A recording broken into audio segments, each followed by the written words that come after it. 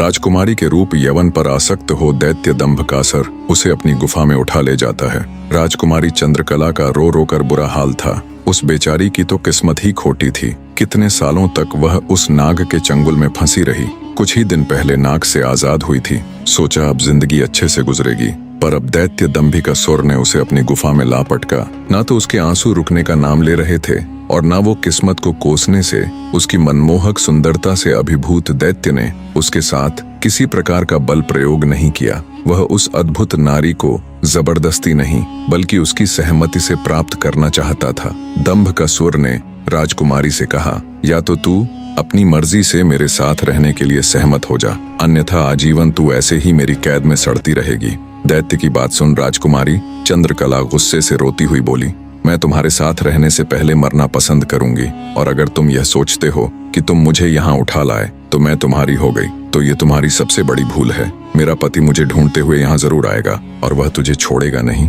राजकुमारी की बात सुन दंभिकासुर घिनौनी हंसी हंसते हुए बोला, लगता है तुम पागल हो गई हो। मैंने तुम्हें यहाँ 7 तालों के भीतर बंद किया है। यहाँ तक किसी का भी पहुँचना असंभव है, और अगर गलती से कोई यहाँ तुझे ढूंढता हुआ आ भी गया तो मैं उसे एक कीड़े की तरह मसल दूंगा। ये तो तेरी सूरत मुझे भा गई, वरना अब तक तू भी कब की ऊपर जा चुकी होती। तेरी भलाई इसी में है कि तू स्वेच्छा से मेरी बात मान जा, वरना अंजाम बहुत बुरा होगा। इतनी बात कह दंभिकासुर वहां से चला गया। उधर जब मेले से दंभकासुर राजकुमारी को उठाकर ले गया था तो लखन की भाभी बेचारी बेबस और लाचार सी बस उसे देखती रह गई। बहते अश्रुओं के साथ वो घर जाती है और सारा किस्सा लखन को कह सुनाती है। भाभी की बात सुन लखन के पैरों नीचे से जमीन सरक जाती है। वह तुरंत भारी कदमों से अपनी पत्नी चंद्रकला को खोजने निकल पड़ता है। कई दिनों तक जंगलों और शहरों की खाक छानता भूखा प्यासा लखन अपनी पत्नी को ढूंढता ढूंढता भटक रहा था।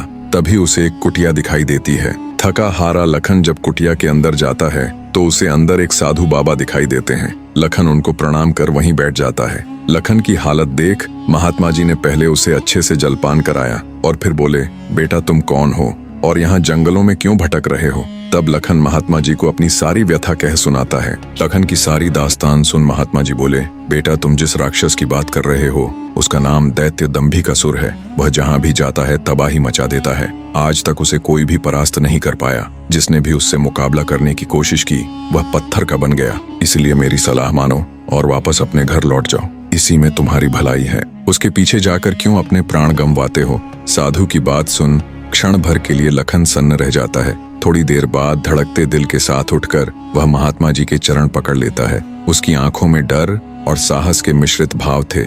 बने रहे।